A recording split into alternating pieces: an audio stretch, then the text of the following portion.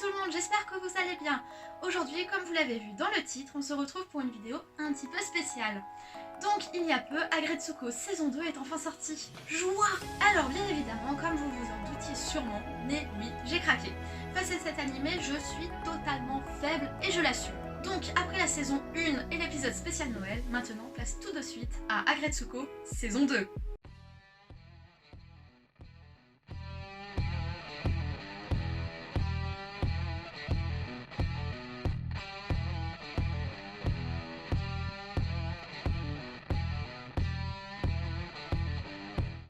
Alors, pour ceux qui ne connaissent pas Aggretsuko, déjà, honte à vous. En effet, cet animé est une véritable perle, et je n'exagère absolument pas. Donc si ça ne vous dit strictement rien, actuellement il y a un petit i qui s'affiche en haut de l'écran, donc vous pouvez cliquer dessus et vous pourrez voir tout simplement l'épisode 1 de la saison 1, donc pour en apprendre un peu plus sur ce qu'est Aggretsuko.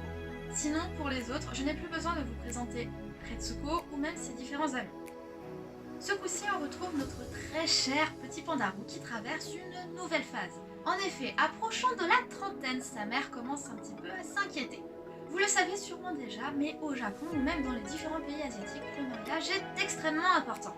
C'est une preuve de réussite dans votre vie, alors qu'au contraire, si vous avez plus de 30 ans et que vous n'êtes pas marié, c'est clairement vu comme un échec social. Et c'est bien pour cela qu'existent les mariages arrangés. Chose très courante en Asie. Alors forcément, vous l'avez deviné, mais la mère de Retsuko décide de se mêler de la vie de sa fille et de lui dégoter un garçon à épouser. Après tout, comme elle le dit si bien, le prince charmant ne risque pas de débarquer, donc il faut faire avec ou plutôt sans. Et une phrase qui m'a clairement tuée au moment où la mère l'a dit, c'est clairement « et c'est la réalité ». Dit en mode, tu es une grosse gamine, il faut que tu apprennes à vivre et que tu deviennes une adulte. En entendant ça, Retsuko, qui avait réussi plus ou moins à se calmer ces derniers temps, décide tout simplement de planter sa mère et d'aller se défouler au karaoké. En effet, on ne perd pas les bonnes habitudes. Donc suite à ça, Retsuko se retrouve plus ou moins piégée par sa mère, parce que oui, celle-ci a pris les devants et a appelé son ami pour organiser une rencontre avec le fameux prétendant. Donc, en dehors de la vie personnelle, un nouveau problème voit le jour du côté professionnel. Donc souvenez-vous, dans la saison 1, Retsuko n'en pouvait tout simplement plus de son travail. En effet, elle avait un patron totalement macho, donc Ton, ici présent, qui la traitait comme une moins que rien. Donc là-dessus, pas vraiment d'avancée, mais elle arrive à passer outre. Cependant, tout change quand une nouvelle recrue arrive, Anaï, ici présent, qui sort tout juste de ses études. Donc on pouvait penser qu'il est timide et surtout très peu confiant. Et c'est d'ailleurs la première image qu'on a de lui quand il arrive. Mais très vite, il prouve sa motivation. Mais bien évidemment, ce personnage est à double tranchant. En effet, il est un petit peu bipolaire, si vous voulez mon avis. En effet, en la présence des autres, il garde un grand sourire. Mais derrière, il met énormément de pression à Retsuko en envoyant énormément de mails qui font clairement flipper et qui rendraient n'importe qui dépressif. Il déteste qu'on lui fasse la moindre remarque et prend directement celle-ci comme une violation des droits. Et donc met énormément de pression sur Retsuko. Et bien évidemment, gentille comme elle n'arrive pas à reprendre le dessus et a donc à le remettre à sa place. Cependant, comme Anaï ne fait aucun progrès, et donc il n'est clairement pas une superbe recrue, Ton, donc le patron, commence à mettre petit à petit la pression sur Retsuko pour qu'elle puisse gérer un peu mieux Anaï. Donc elle est tombée dans une espèce de cercle assez vicieux. Alors oui, la vie de Retsuko n'est toujours pas rose. Place tout de suite à un petit teaser pour vous présenter les nouveaux personnages de cette nouvelle saison et ainsi que les nouveaux thèmes abordés. Maintenant.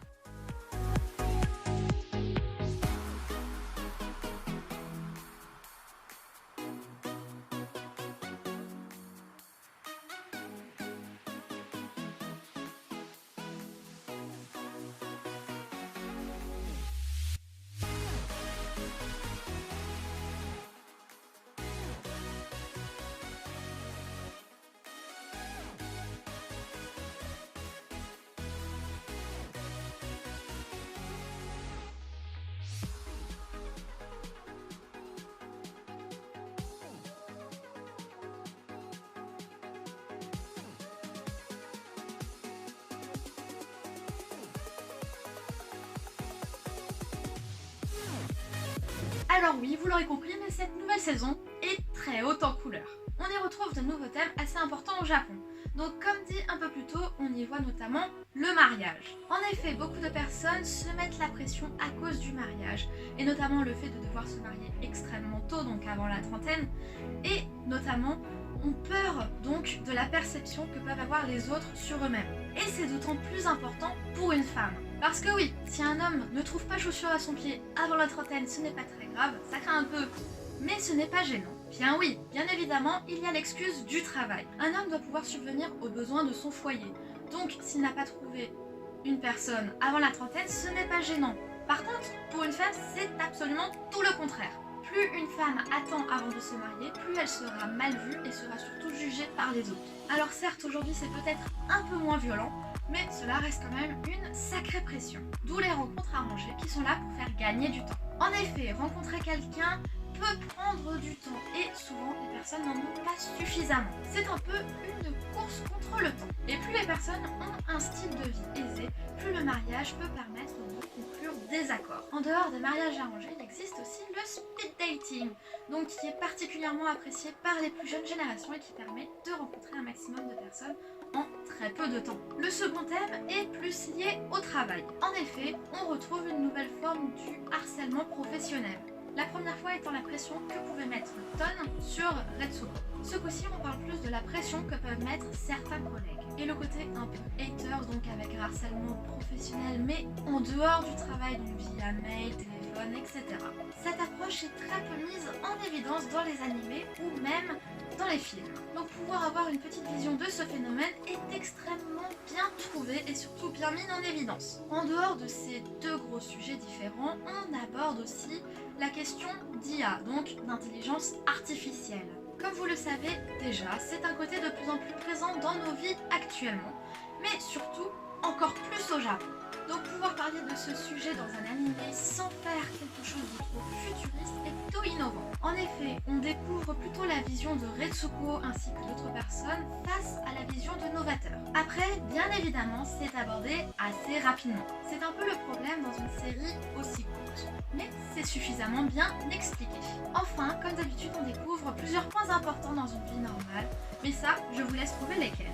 Et dernière petite chose, dans cette saison, on en apprend un peu plus sur les personnages secondaires comme Ton le patron ou Kaede, donc une collègue de Retsuko ou même d'autres personnages. Avec tout ça, je peux tout simplement vous dire que j'ai adoré cette nouvelle saison. J'ai absolument tout dévoré et en effet, en moins d'une journée, j'avais tout regardé. Mais bon, c'est une série assez courte, donc en effet, les épisodes durent un peu moins de 15 minutes.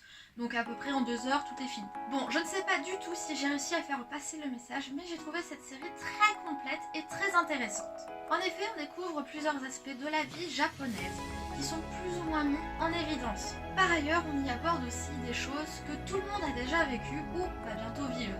Donc c'est quelque chose qu'on regarde avec beaucoup de nostalgie et surtout de bons moments, des moments assez tendres en fait. Encore une fois, ça reste très léger à regarder, mais en même temps, cette saison est assez ancrée dans la réalité. Notre petite Retsuko a bien évolué depuis qu'elle a fini ses études. Donc, vous l'avez sûrement compris, mais c'est pour le moment ma saison préférée.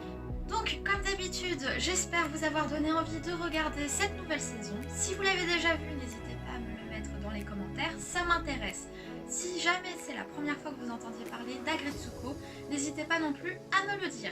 Si vous ne l'êtes pas encore, n'hésitez pas à vous abonner en cliquant sur le bouton s'abonner en bas de la vidéo. Vous pouvez aussi cliquer sur la petite cloche qui sert à vous notifier quand une nouvelle vidéo sort. Si jamais vous avez aimé cette vidéo, n'hésitez pas à lâcher un petit pouce bleu, ça fait toujours plaisir. Vous pouvez aussi nous suivre sur nos différents réseaux sociaux qui sont Twitter, Facebook